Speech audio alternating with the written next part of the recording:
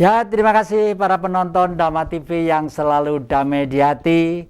Sebagaimana kita sebelum memulai, kita ucapkan rahayu supaya semua yang ada di studio ini, termasuk para pirsawan semua, dalam keadaan damai, sejahtera, tentram, dan bahagia. Ya, para penonton Dhamma TV yang kami muliakan, tidak terduga kalau akhir-akhir ini Dhamma TV itu ada tamu-tamu yang bahkan ini dari Ngayogyakarta Hadiningrat ya, seorang dosen Dr. Siono ini keranjingan tentang Mojopahit ya.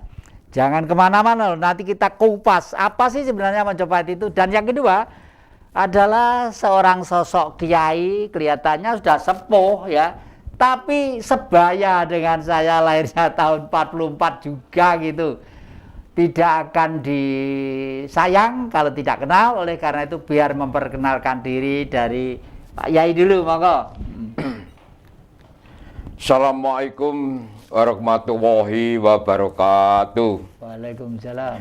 Sagung dumadi para sesepuh lan pilih sepuh saha kasepuhan saha aji sepuh ingkang tansah kinurmatan, saha para alim ulama, saha para tokoh-tokoh masyarakat, khususipun Malang Raya utawi Kota Batu, untuk mengenalkan jati diri yang bisa dikatakan ada di wilayah Batu Kota, yaitu di Padepokan Padangyati Jamaah Dzikir Wengi, salah satu jadi pengasuh untuk pesan, yaitu pesan persatuan spiritual senusantara.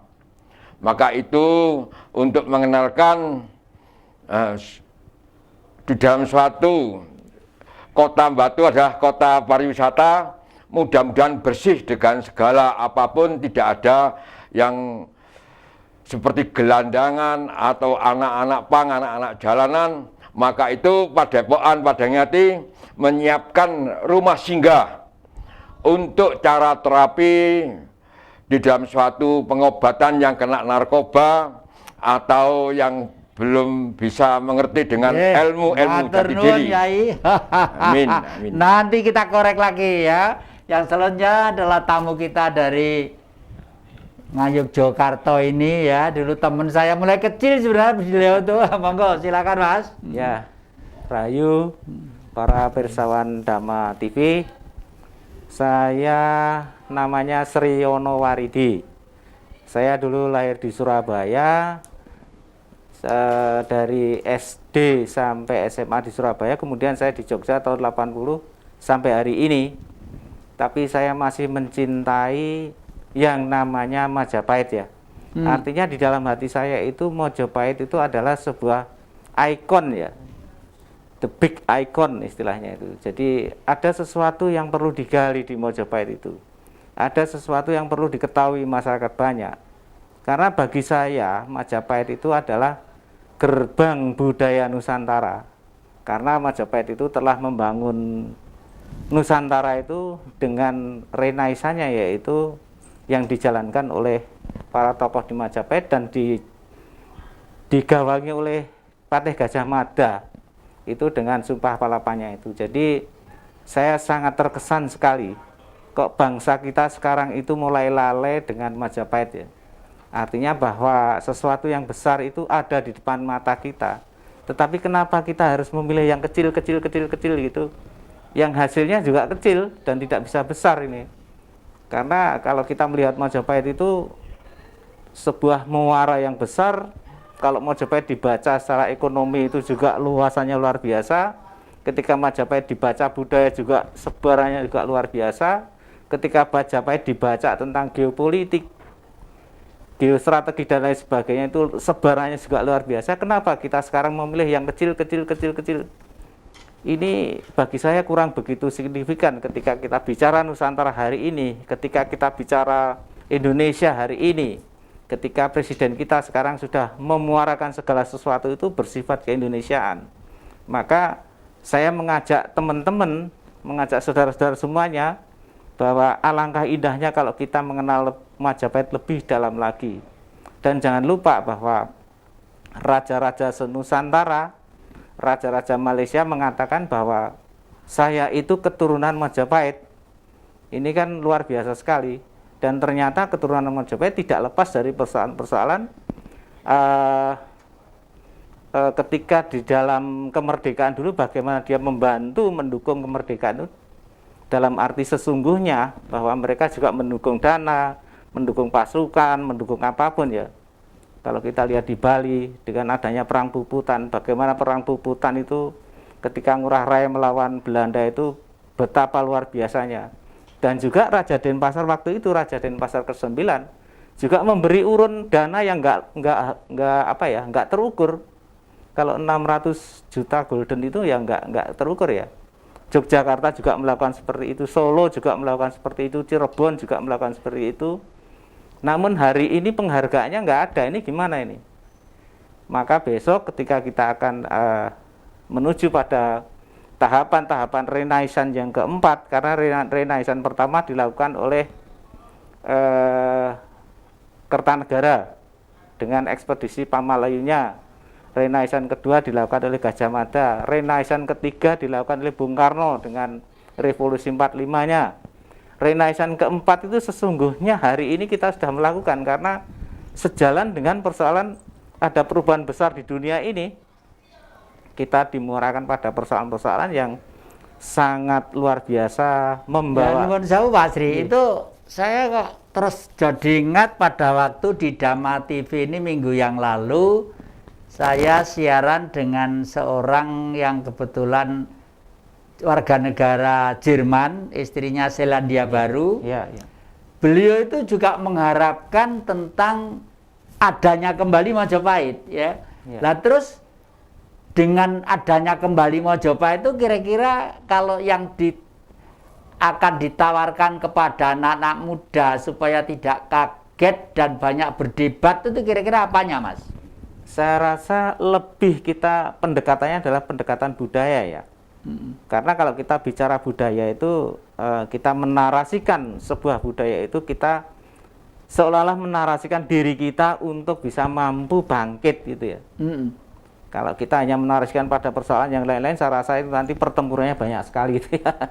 Apalagi kalau kita menarasikan pada persoalan keagamaan, wah ini luar biasa pertempurannya ini. Maka lebih bagus kalau kita menarasikan Majapahit dalam wilayah kebudayaan itu ya. Karena Majapahit juga punya kebudayaan sangat besar.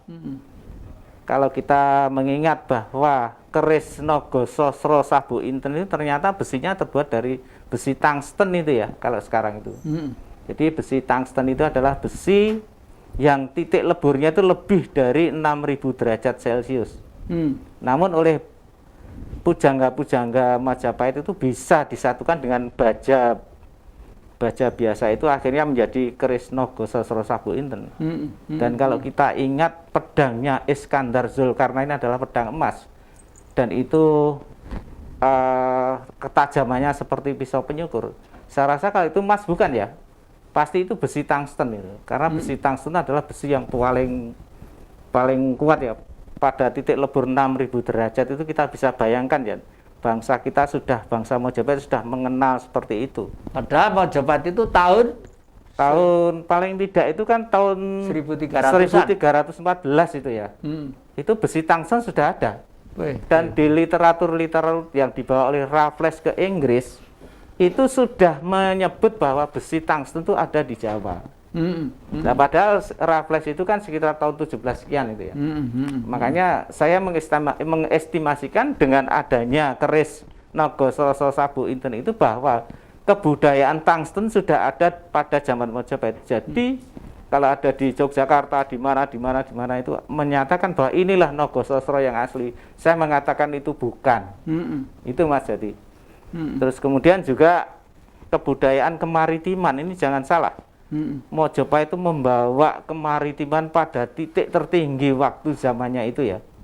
Karena orang Jawa itu mampu membangun kapal Jung Jawa, yaitu kapal terbesar yang pada zamannya itu mengalahkan Cina dan itu membawa rempah yang dari ujung galuh dibawa ke Turki. Lah, kalau kita melihat bahwa kita bisa sampai ke Turki itu kan bahwa bangsa Jawa itu sudah mampu bagaimana untuk membuat peta perjalanan itu ya. Baik itu navigasinya, baik itu kapalnya, baik itu arus laut dan lain sebagainya. Saya rasa ini dipunyai oleh bangsa kita sejak dulu. Kemudian juga secara politis, jangan salah, Mojopahit itu perlu diakui bahwa bangsa yang mampu untuk membangun sebuah geopolitik kawasan ya. Bagaimana kawasan Asia Tenggara dikuasai Mojopahit tanpa ada perang satupun. Ini yang sebenarnya yang nanti akan kita narasikan dalam bentuk budaya, itu budaya politik, budaya ekonomi, budaya pertahanan keamanan. Ini yang nanti akan kita sajikan. Artinya bahwa literasi ini akan kita tunjukkan pada kalangan muda bahwa ini loh bangsamu, ini loh nenek moyangmu dulu.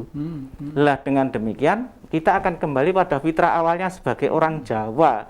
Artinya bangsa Indonesia, bahwa dulunya adalah bangsa samudra yang mampu menguasai lautan. Berbeda dengan sekarang, sing diragati mung pulau cilik-cilik kuwi. Ternyata ragatnya yang mung cilik.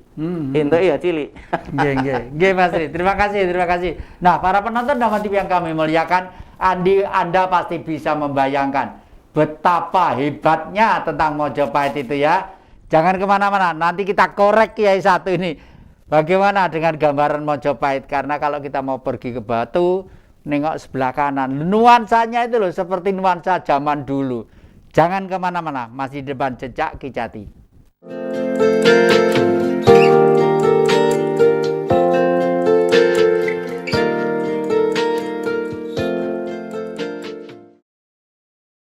Ya, terima kasih para penonton Dhamma TV yang selalu damai di hati. Anda masih kerasan ya. Jangan lupa pesan saya, rekam aja nggak apa-apa, direkam aja ya.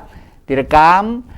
Kalau sedang siaran Dhamma TV, karena banyak hal yang penting. Dan matur nuwun, akhir-akhir ini Dhamma TV itu karena menyiarkan tentang alam semesta, tentang binatang-binatang, tentang perubahan bumi dan lain sebagainya, sehingga menjadi ilmu pengetahuan yang jarang ada. Bahkan banyak ajaran-ajaran budi pekerti lewat para bante yang menguntungkan para masyarakat secara umum, yang dimana di negara kita ajaran budi pekerti itu sudah terhapus oleh keyakinan yang lainnya.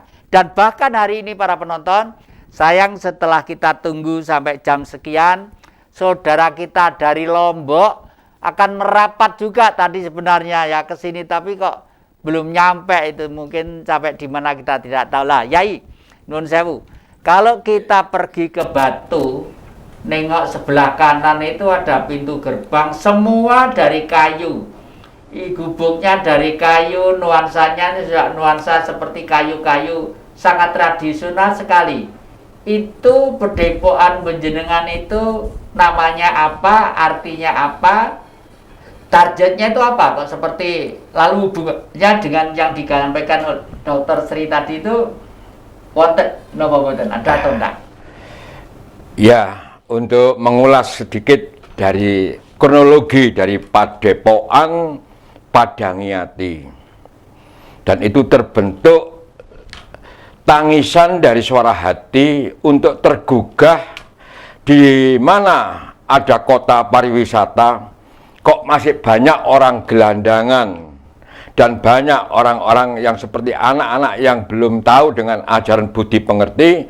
Maka itulah kami tergugah dengan persatuan spiritual senusantara. Kita siapkan sarana prasarana untuk rumah singgah. Di situ akan digembleng secara nuraninya, secara ilmunya, dan nanti juga ada terapi-terapi sedikit dari narkoba yang tanpa dipungut biaya. Sepeser pun tidak ada yang untuk memberikan suatu pendaftaran untuk administrasi, apapun tidak kita pungut. Dan makan, walaupun bagaimana, tetap kita siapkan minum. Dan yang penting lagi, untuk menata dalam suatu hati biar jadi orang yang berguna.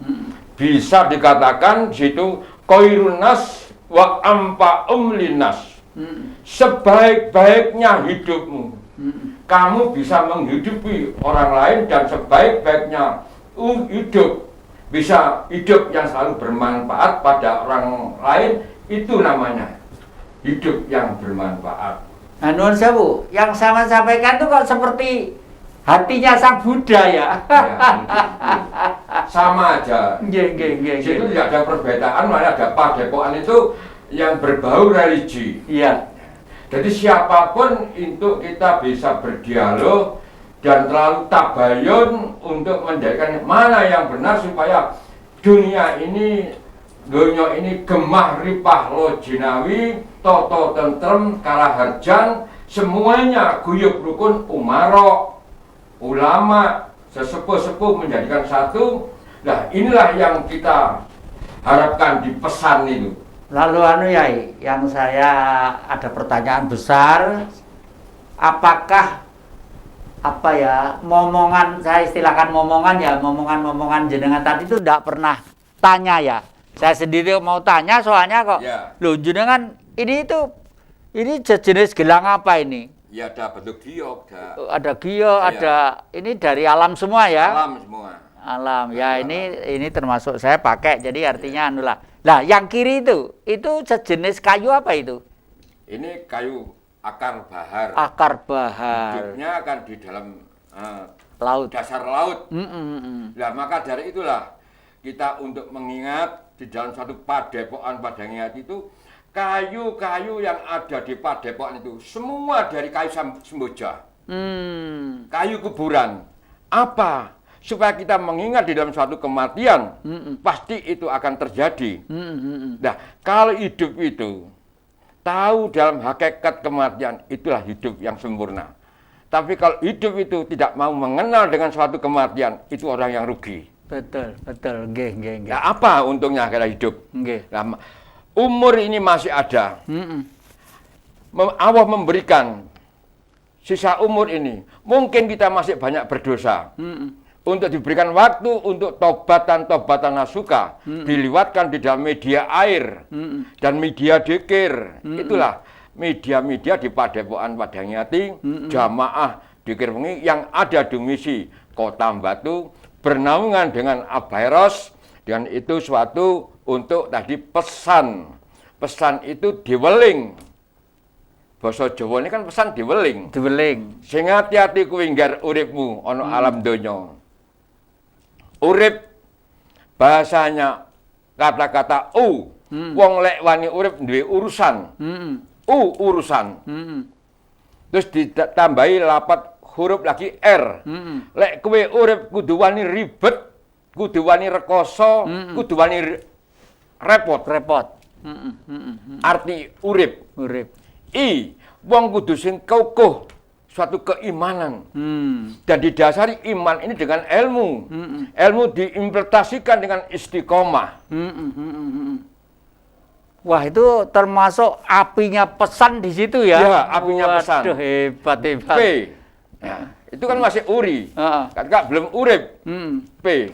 Lah, menungso itu sudah diberikan peringatan rambu-rambu. Mana yang halal dan mana yang batil.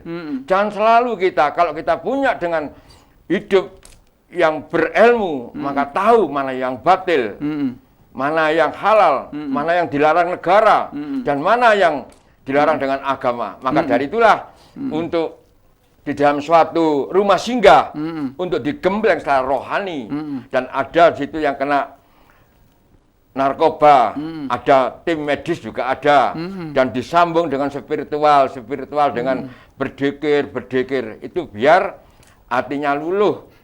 Ini tadi itu Romo. Abah Eros, Profesor Eros Jarot juga ikut juga ya.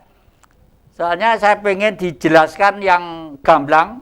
Ya. Program itu nanti itu karena kelihatan nanti ada kaitannya kelihatannya dengan yang disampaikan oleh Dr. Sri tadi itu. Jadi mungkin apakah Mojopahit itu dulu juga semangatnya seperti itu gitu ya nanti terima kasih. Para penonton Dhamma TV yang kami muliakan. Memang yang dikupas tentang urip oleh beliau tadi itu rasional juga. Itulah orang Jawa ya. Orang Jawa itu meskipun otak-atik gathuk, selalu gathuk loh. Jenenge wis otak-atik, diutik-utik tapi selalu gathuk karena orang Jawa itu maaf ya, bukan sukuisme ya. Di mana-mana mungkin ada dan sama. Apa yang disampaikan itu selalu bermakna. Bahkan kalau dulu leluhur kita, apa yang disampaikan itu merupakan fatwa yang nun sewu bahasa umumnya itu malati. Misalnya di Sumberawan itu berkali-kali saya terangkan, di sana ada sumber. Sumber itu kira-kira luasnya sekitar ya 3 meter, 4 meter persegi lah. Ada air, ada ikannya gede-gede gitu ya. Anehnya kalau ikan itu diambil dari situ, entah di rumah sampai di rumah mungkin semaput, mungkin ada apa-apa, dan bahkan dulu banyak mengambil lalu bisa meninggal. Tapi anehnya kalau ikan itu sudah melompat ke bawahnya, kedung yang bawahnya, digoreng, dimasak, dibakar pun tidak apa-apa. Loh, hebatnya seperti itu. Itulah. Jadi semuanya itu akan mungkin ada kaitannya dengan nanti yang akan disampaikan oleh sahabat saya dari Jogja itu tentang fatwa-fatwa leluhur yang sekarang itu terpelihara dalam peninggalan candi-candi. Bahkan kemarin orang Jerman pun tergila-gila bahwa Mojopahit harus lahir kembali. Lo kan aneh toh. Orang luar seperti itulah, kok kita malah nggak berpikir seperti itu. Oleh karena itu di Damai TV ini dengan sabar dan telaten terus memberi informasi kepada masyarakat secara umum apa yang belum tersampaikan oleh negara kita yang tercinta ini. Nah, ini saya bawa kembali ke Dokter Sri nih, Mas. Apa yang disampaikan Mas Yai, saya panggil Mas Yai saja, umurnya sama dengan saya ya, kebetulan lahirnya sama 1944 ya. Itu kira-kira dalam nuansa Mojopahit pada waktu itu yang mana, Mas? Iya, terima kasih Mas Jati. Saya manggil Mas Jati karena Mas Jati adalah teman bermain saya dulu. Ya begini Mas Jati ya, barangkali apa yang disampaikan Pak Kiai ini mengenai masalah spiritualitas itu ya, barangkali zaman Majapahit sampai hari ini tuh hampir sama ya, karena memang spiritualitas itu bagian daripada roh kolektif sebuah masyarakat atau sebuah bangsa yang itu sebenarnya menjadi jangkar bersahu ya, jangkar belabuh masyarakat itu untuk bisa maju ke depan. Sepertinya kita orang Jawa ini harus punya jangkar belabuh juga ya. Artinya begini, ketika kita punya satu impian besar, kita tidak punya jangkar berlabuh itu terus bagaimana ya? Titik keberangkatan, artinya ada batu penjuru yang harus kita note untuk bisa maju ke depan itu. Hari ini kita tidak punya itu masalah itu Mas Jati. Dan itu baru dicari oleh raja-raja. Raja-raja Nusantara yang tergabung di dalam Majelis Adat Kerajaan Senusantara itu ya. Karena mereka mau maju tidak punya jangkar belabuh, karena jangkar belabuh itu ternyata dibumpeti istilahnya. Dibumpeti baik itu oleh kelompok atau oleh negara dan lain sebagainya. Maka kemarin kita punya komitmen waktu kita rapat di Solo itu, intinya bahwa mereka akan mencari jangkar belabuh itu. Ya, para penonton dapat yang kami muliakan ya, nanti akan terus diuncak ini karena ini menarik sekali buat kita, dan ini sebenarnya adalah tantangan rakyat terhadap negeri kita yang kita cintai. Berani pada merubah negeri ini menjadi indah. Jangan kemana-mana, masih di depan Jejak Ki Jati.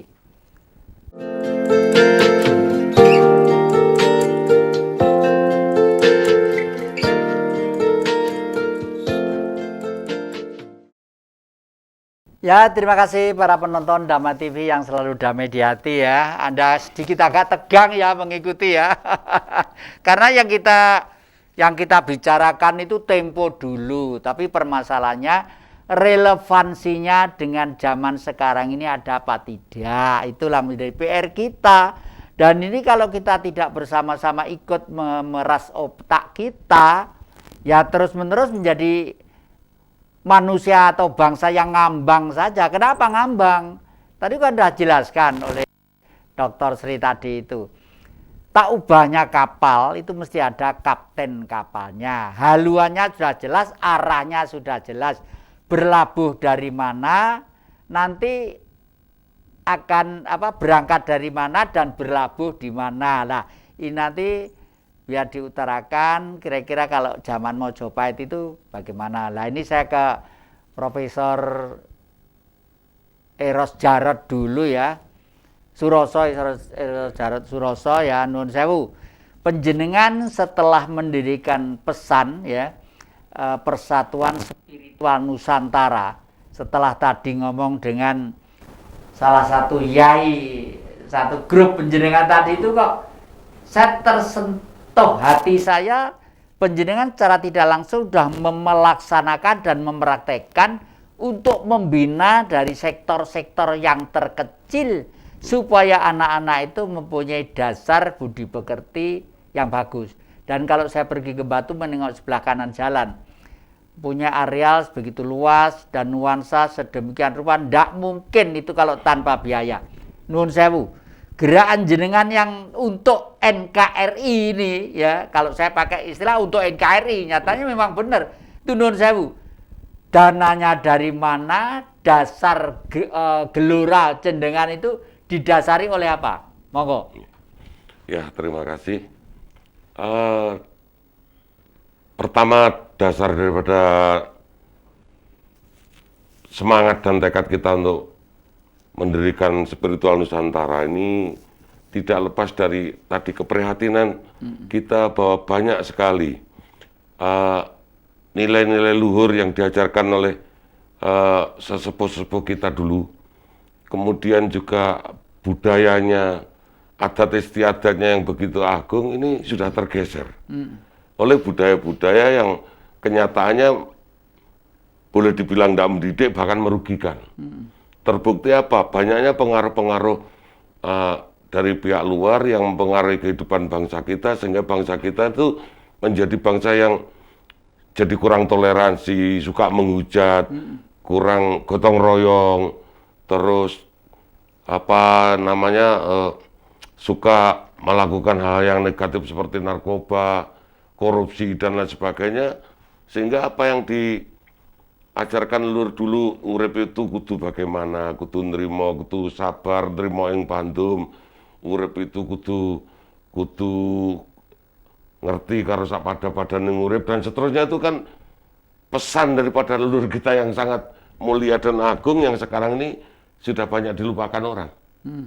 Lalu kita mengadakan gerakan-gerakan secara pelan-pelan ini sesuai dengan kemampuan masing-masing dari masyarakat, yang seperti dulu beberapa waktu yang lalu saya di Dhamma TV ini juga saya sampaikan, kita sudah mulai dari pilar-pilar pesan ini, ada yang menulis aksara Jawa di candi-candi, mengajarkan pelajaran-pelajaran bahasa Jawa dan huruf Jawa baik di pondok pesantren, di padepokan. Begitu juga tadi yang di Padepokan Padangyati. Tujuannya apa? Ya memperbaiki bangsa yang sekarang sudah rusak nih mentalnya ini. Buktinya ya terlibat narkoba, korupsi dan lain sebagainya, saling menghujat, saling bertengkar, saling bermusuhan di antara sesama anak bangsa ini, kan harus dibenahi mentalnya. Disitulah di Padepokan tadi itu salah satu usaha juga yang sudah jalan. Banyak sebenarnya yang sudah jalan, dan biayanya murni sekarang ini sampai sekarang ini murni swadaya daripada masyarakat. Artinya tidak mengharapkan dari mana-mana ya.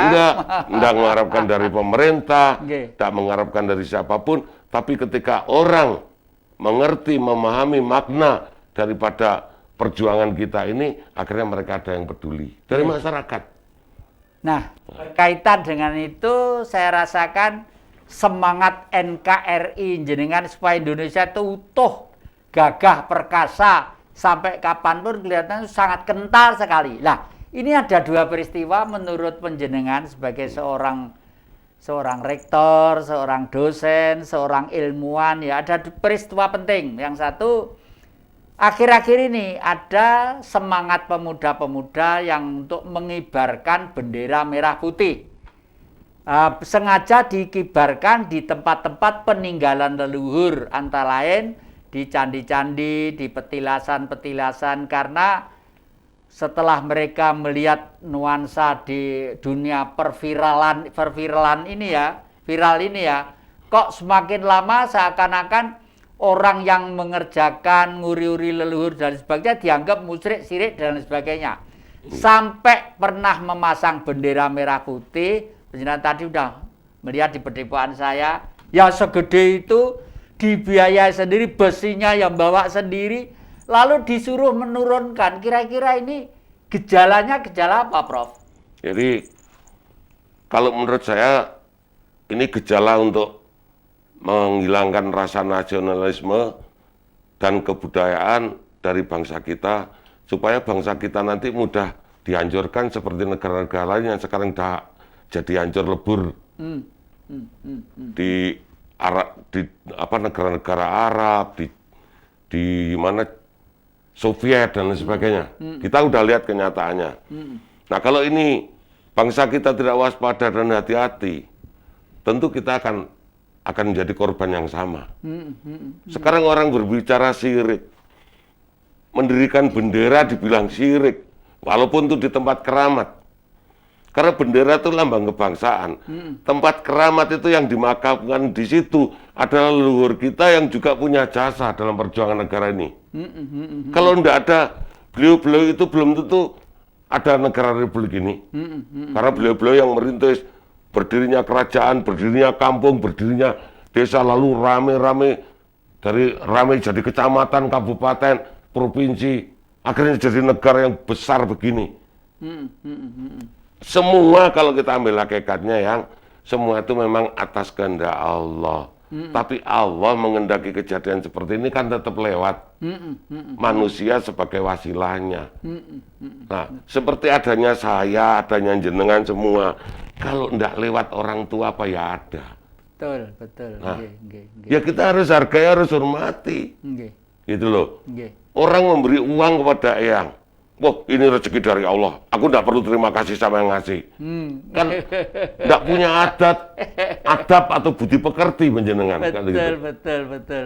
Apa ini syirik kalau saya berterima kasih? Iya. Gitu. Begitu juga orang berterima kasih kepada laut yang telah memberikan rezeki berupa garam, berupa ikan-ikan sehingga manusia itu bisa menikmati gizi dari ikan, gitu.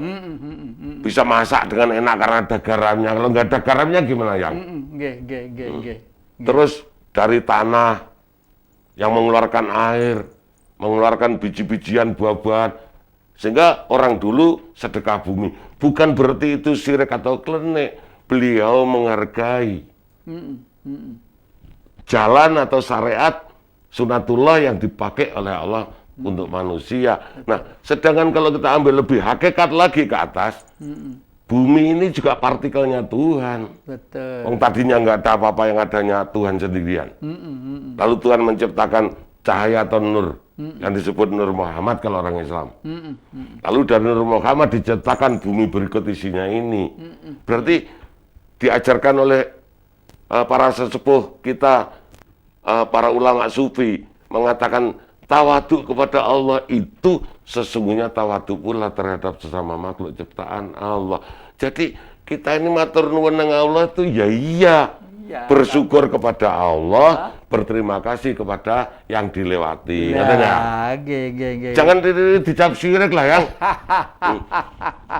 Malah ajaran budi luhur ini dibelok-belokkan syirik itu nantinya lama-lama dihapus. Lek wis dihapus ya nggih. Saya mau tanya, ciri khasnya bahwa jenengan tuh orang Indonesia apa? Kehidupan jenengan, budaya jenengan sama aja dengan orang Australia, dengan orang Amerika misalnya. Betul. Ya ini budaya, bedakan antara budaya, agama, antara iman, antara menghormati dengan bersyukur kepada Allah dewi, ngerti loh. Antara menyembah sama berterima kasih kan beda. Iya. Jadi nggak salah kita berterima kasih kepada leluhur. itu dulu dimakamkan orang ini yang babat desa sini. Akhirnya orang-orang bisa bertempat tinggal di situ, wong hutan belantara dulunya. Iya. Bisa bercocok tanam. Bu Iya berterima kasih. Dengan cara apa? Mendoakan. Nah ya itu, bahkan kadang-kadang gurman merah putih katanya musyrik sirik. Ya Allah. Kain kok dihormati.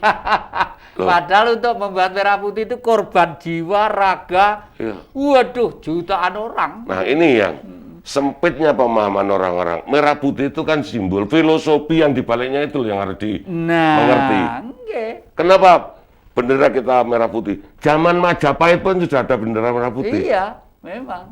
Lah merah itu melambangkan apa? Kalau sekarang hanya diartikan merah itu lambang berani, putih artinya suci.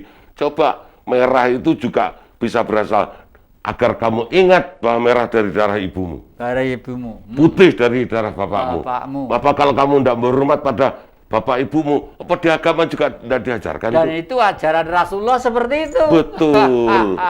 Lah Mas Tri, ini ke Mas Tri nih ya. Itu tapi nanti ya setelah ini ya, para penonton Dhamma TV yang kami muliakan. Waduh, hiruk pikuk pokoknya jangan kemana-mana, masih di depan Jejak Kejati.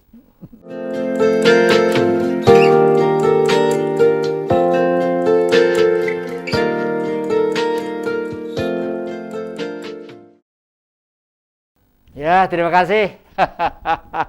Para penonton masih setia ya. Sekarang saya ada 2 pertanyaan kepada saudara saya dari Jogja, Dr. Srini ya. Ada 2 Mas.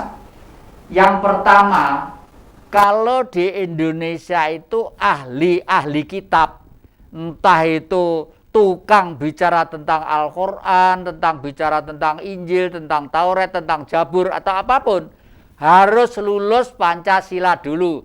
Ini nanti sebenarnya setuju atau tidak. Yang kedua, kalau ada sesuatu yang menganggap bahwa upacara-upacara tradisional yang dikudungi oleh kearifan lokal dan dikudungi oleh nuansa adat, ini adalah bahaya, akan membuat manusia menjadi musyrik dan syirik terhadap Sang Maha Pencipta. Ini menurut penjelasan bagaimana ini, Mas?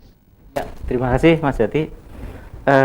Bagi kami sebenarnya tradisi itu adalah bagian dari sebuah kehidupan dari masyarakat atau bangsa itu. Kalau kita bicara tentang kearifan itu, di situ mesti ada sisi historisnya, ada sisi sosiologisnya, ada sisi filosofis yang ini perlu digali sebenarnya. Karena ini sebuah identitas sebuah bangsa tersebut. Ketika masyarakat tidak punya identitas dan diganti dengan identitas lain, tentu mereka tidak berdaya. Artinya bahwa mereka kehilangan roh kolektif itu tadi. Lah makanya sisi politisnya ini sangat-sangat berbahaya. Artinya ketika mereka kehilangan roh kolektif, tentunya mereka akan merelakan harga diri kebangsaan, direlakan itu. Harga diri, nilai sebuah negara, bangsa mereka akhirnya menjadi orang yang tanpa negara. Dan ini sudah dimulai sebenarnya. Dan ini sangat berbahaya. Dan perlu ada sebuah istilahnya itu apa ya? Dialog imajiner. Dialog imajiner mengenai hal itu ya. Baik itu nanti masyarakat yang bergelut dalam wilayah agama, budaya, politik, ekonomi. Mari kita mendialogkan secara imajiner tentang kita sebagai bangsa Indonesia, bangsa yang satu ini yang sudah menjadi Indonesia ini, bagaimana ke depannya kita itu? Bagaimana kita merunut kembali persoalan historis itu, persoalan sosiologis itu, persoalan filosofisnya gimana? Maka di sini ada sebuah jangkarnya sudah ada, yaitu apa? Pancasila itu loh. Itu sekarang tidak pernah digubris oleh siapapun. Maka pusat studi Pancasila UGM bengok-bengok. Gitu ya. Karena apa? Karena Pancasila dihilangkan dari pembelajaran pada tingkat SD sampai SMA. Mahasiswa apalagi nggak ada itu. Makanya sudah selayaknya apabila orang-orang tua kita itu bengok-bengok yang mengenai persoalan Pancasila itu. Jangan-jangan nanti agama hilang, jangan-jangan nanti bahasa hilang. Kalau sudah hilang semua, kita mau menjadi bangsa apa ini? Karena di situ kita tidak punya modal sosial lagi. Tidak punya modal kebangsaan lagi. Padahal bangsa yang maju itu mesti punya modal sosial, punya modal sejarah. Ini yang penting sebenarnya kita gali ke depan. Bahwa kalau kita kembali lagi ke Majapahit, artinya bahwa bagaimana kita mengaktualisasi Mojopahit ke depan seperti apa sih? Ya gitu, itu kita sudah kehilangan arah sekarang itu. Kita sudah kehilangan enggok, kehilangan obor istilahnya itu. Lah barangkali nanti akan menjadi pemikiran bersama. Kami akan mengadakan acara di Mojokerto, yaitu Pisowanan Agung Raja-Raja Nusantara, itu membicarakan masalah bagaimana bangsa kita itu ke depan. Karena mau tidak mau bahwa keraton itu dari dulu sampai sekarang ada ya. Dari zaman Majapahit sampai hari ini tuh ada. Baru terlahir Indonesia gitu. Maka sudah semata keraton-keraton berhak untuk berbicara mengenai Indonesia, mengenai Nusantara. Karena Majapahit itu kan seluruh Nusantara itu.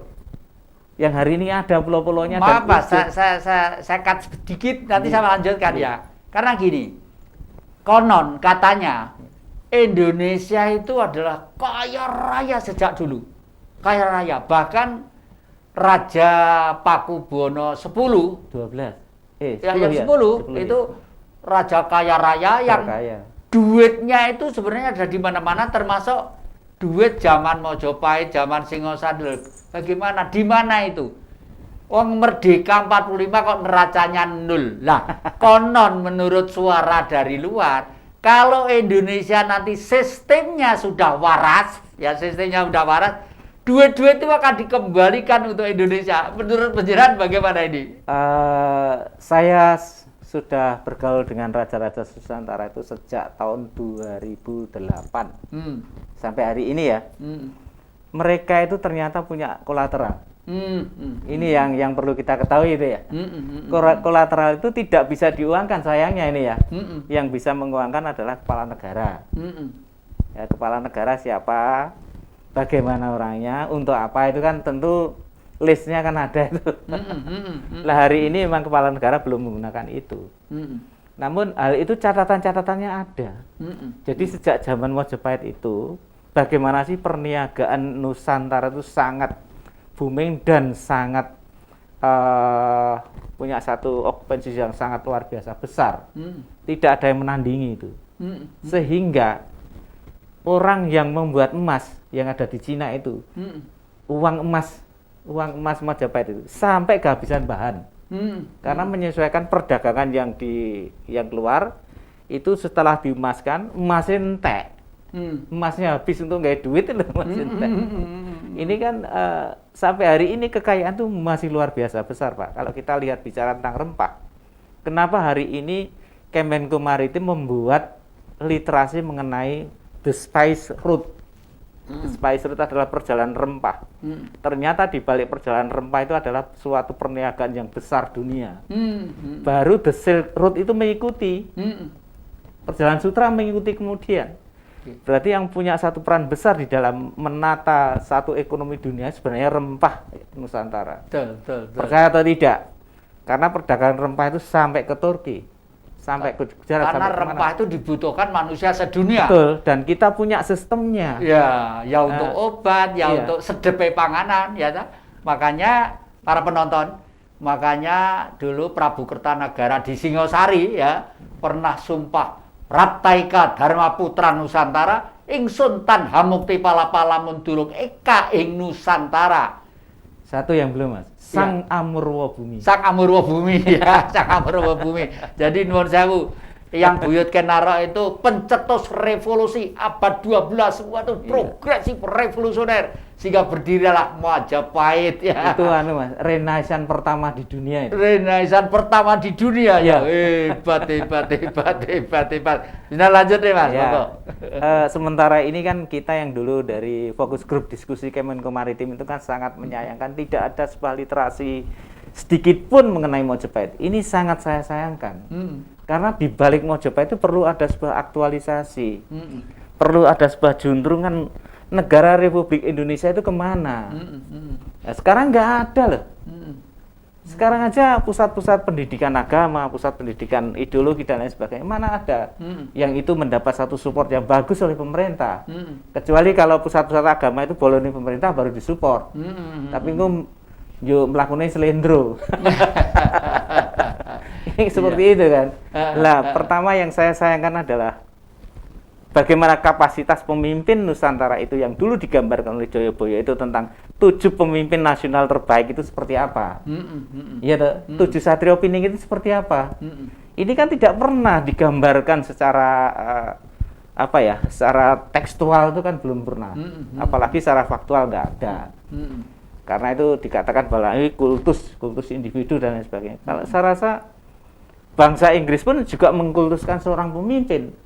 Arab pun juga mengkultuskan seorang pemimpin kan. Iya. Israel pun juga mengkultuskan seorang pemimpin. Karena untuk apa? Untuk membangun sebuah ideologi besarnya itu. Nah, kalau kita punya Bung Karno tidak pernah dikultuskan, malah ngultuskan dosa. Lah sekarang itu non sewu. Umumnya saya ngultus ini hanya karena punya keinginan tertentu. Nah, lah itu. Ini Karena kita tidak punya pernah ya gambaran besar tentang apa sih yang pernah dilakukan oleh pemimpin besar bangsa Indonesia itu. Kok kalah dengan orang-orang yang punya satu gambaran negatif tentang Indonesia.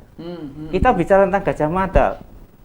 Gajah Mada punya peran besar terhadap penyatuan sebuah pulau-pulau kecil ya, yang namanya negara Nusantara. Dan itu menjadi negara negara kebangsaan, the nation state pertama di dunia itu. Ini kita tidak pernah punya gambaran itu, dan itu dihilangkan. Bohong itu. Nanti dibuka neng Museum Raffles lah kayak gumun. Oh iya ya. Ya ingah-ingih. Dan saya pernah menulis tentang sebuah narasi tentang persoalan Mojopahit itu mengenai persoalan bagaimana cengkeh itu punya peran besar untuk sebuah revolusi ekonomi dunia. Ya. Terus yang kedua itu diikuti oleh Belanda. Ketika Belanda itu dikasih uang sama kartel-kartel besar di Eropa itu. Saiki kowe ngenekno revolusi agro ning Indonesia. Dan revolusi agro itu ternyata di Jawa yang dimulai. Kenapa tidak di Kalimantan? Kenapa tidak di Sumatera? Apa harus di Jawa? Ini kan sebuah pertanyaan besar.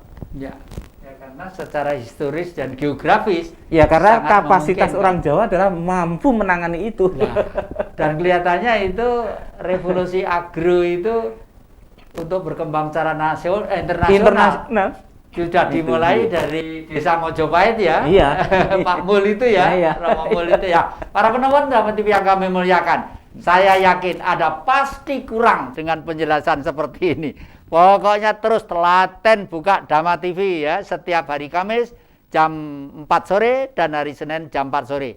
Drama TV selalu memberitakan sesuatu demi kepentingan bangsa dan kemanusiaan. Terima kasih, sampai jumpa di lain kesempatan. Kami ucapkan rahayu. Kalau saya, Profesor Dr. Andes Jatikusumo dan Profesor Eros Sarjana Hukum dan Dr. Sriono, kalau ada kesalahan mohon maaf yang sebesar-besarnya. Terima kasih, sampai jumpa di lain kesempatan.